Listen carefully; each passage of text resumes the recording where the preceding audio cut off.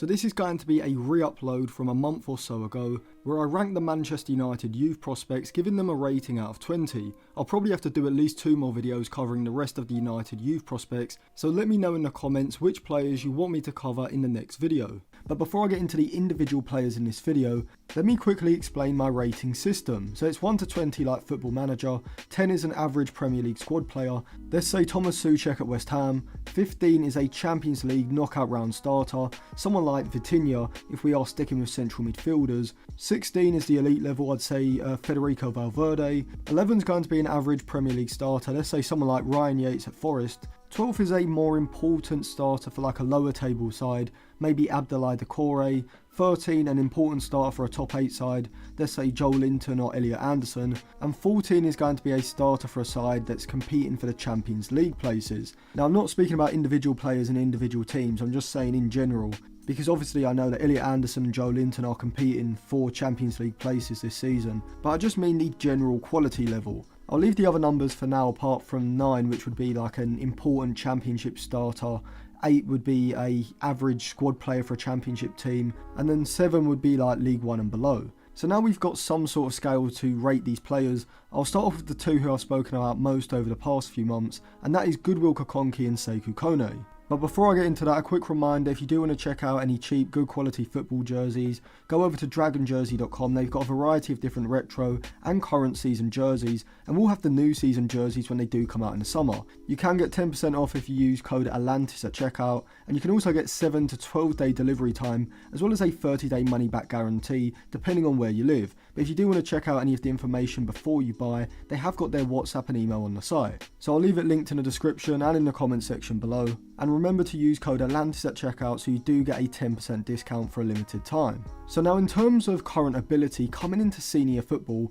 I think Kukonki and Kone are the 2 players I would rate the highest out of all of the Manchester United youth players. And that's because if you look at both players' skill sets and what you would want from a player in the modern game to have in terms of attributes in each of their positions, I think they tick a lot of boxes. What do you want from a centre-back, full-back, and especially a wide centre-back in a back 3? Well, first of all, you want pace over longer and shorter distances to allow them to push up high in a back line, the ability to defend space and 1v1s in a channel, aerial ability, physicality and athleticism, and ball playing ability in terms of technical competence when receiving the ball under pressure, short and longer passes, ball carrying ability, as well as the ability to see and thread a pass between the lines, all of which Kukonki doesn't just have, but I would say he excels in. Now I understand that most newly turned 17-year-olds aren't ready for the physicality or pace of senior football. However, Goodwill Kukonki isn't most 17-year-olds. It's been reported that he's 6'5", but I think he's more like 6'2", 6'3", even though he could of course still grow taller,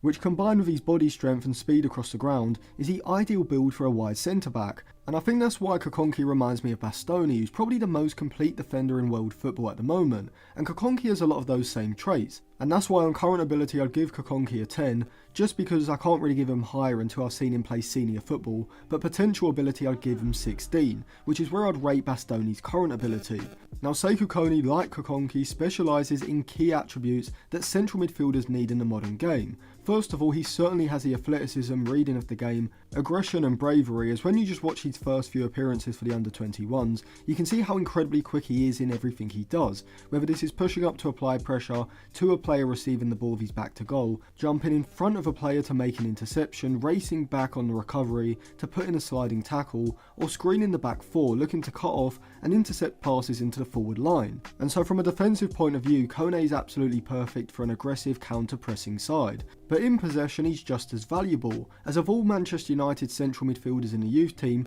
I think Kone is the best when it comes to either carrying the ball into space, turning out of pressure, or splitting the opposition's midfield with a line-breaking passing behind them. Genuinely, stylistically, Sekou Kone is one of the most complete young central midfielders I've seen, even when compared to the United first team central midfielders as well. In the modern game where physicality, pace and power are steadily increasing in importance, Sekou Kone is a sort of player who would suit this kind of stylistic meta change, and so on current ability I'd give Sekou Kone a 10. Unlike Kukonki, that may go higher when and if he does get an opportunity in the first team, but for now I'm going to stick with a 10. But in terms of potential, like Kukonki, I also think Sekou Kone has elite level potential. Now I'm not saying that he's going to reach that level soon, if at all, but if you look at his skill set and quality level at his current age, I think if he doesn't develop into at least a Champions League level starter, I think United have failed in his development. Jim Thwaites as well as Jack and Tyler Fletcher, I won't go into too much detail in this video as I have done previous analysis videos on them individually this week.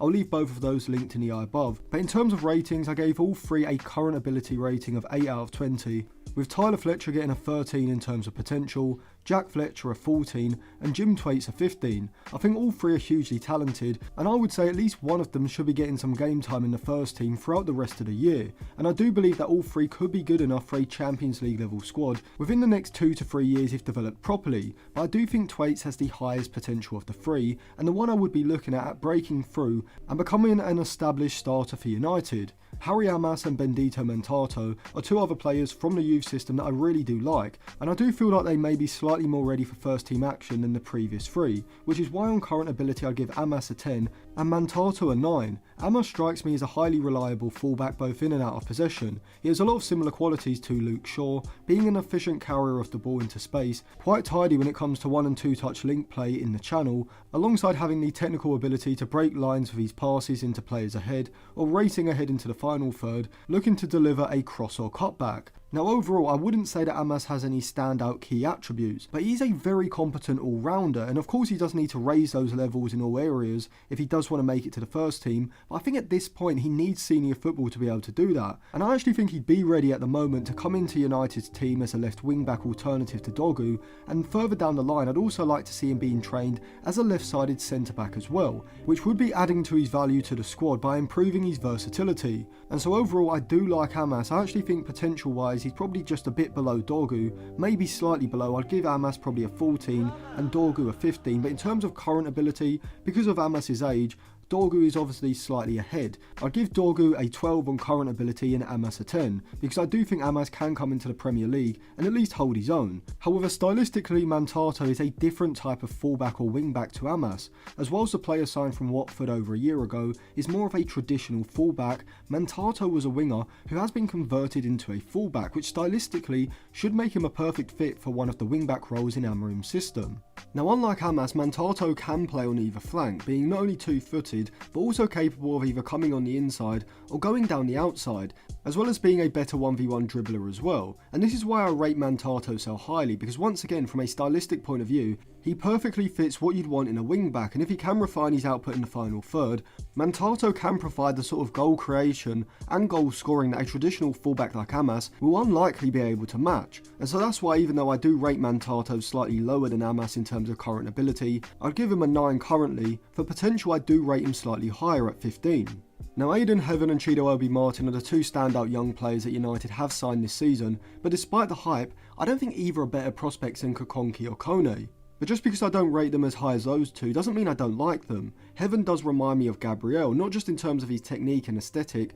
but also because he's an aggressive front foot, defence first kind of centre back, differing to Kukonki in the sense that I don't think the former Arsenal Academy graduate is as fluid with his body movements in possession and doesn't quite have the same progressive passing or ball carrying ability as Kukonki, but defensively he certainly ticks a lot of boxes, someone who can develop into a physically and aerially dominant centre back, as well as being assertive when moving out of the back line in order to apply pressure or put in a tackle, as well as being able to defend 1v1 in the channels as well. Despite not being as fluid with his ball manipulation, he is still very good at disguising his movements, shaping like he's going to go one way before dropping a shoulder and shifting the other, whilst also having a good grasp of how to move the ball in order to open up angles for passes through the centre. And so whilst I don't rate him as highly as Kukonki for potential, I still think he'll develop into a solid Premier League level defender, and so I'll give him a 14 for potential and a 10 for current ability, because once again, I do need to see a bit more of him in senior football in order to give him higher. Now Chido Obi-Martin is a weird one, because having watched his cameo performances that he's had for the Manchester United first team,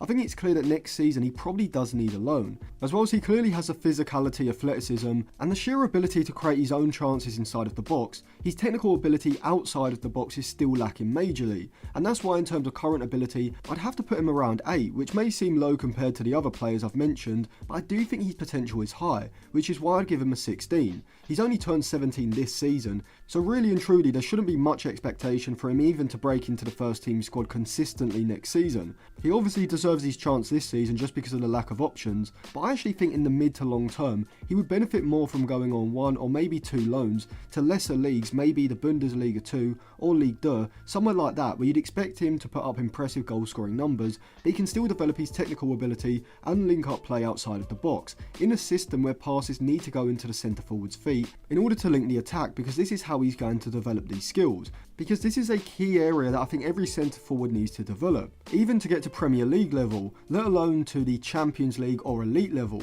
However, he clearly has a natural goal scoring ability, pace and physicality, and if developed right, this should give him an excellent chance of developing into one of the best strikers in the Premier League. So let me know what you think of the young players I've rated. Do you disagree with any of them? Would you rate anyone higher or lower? If you want to check out any cheap good quality football jerseys, I'll leave it linked in the description and comment section below, and use code Atlantis at checkout for a discount. And you can also sign up to my Patreon in order to get access to the group chat and my articles, so I'll leave it linked on the end screen alongside another video now.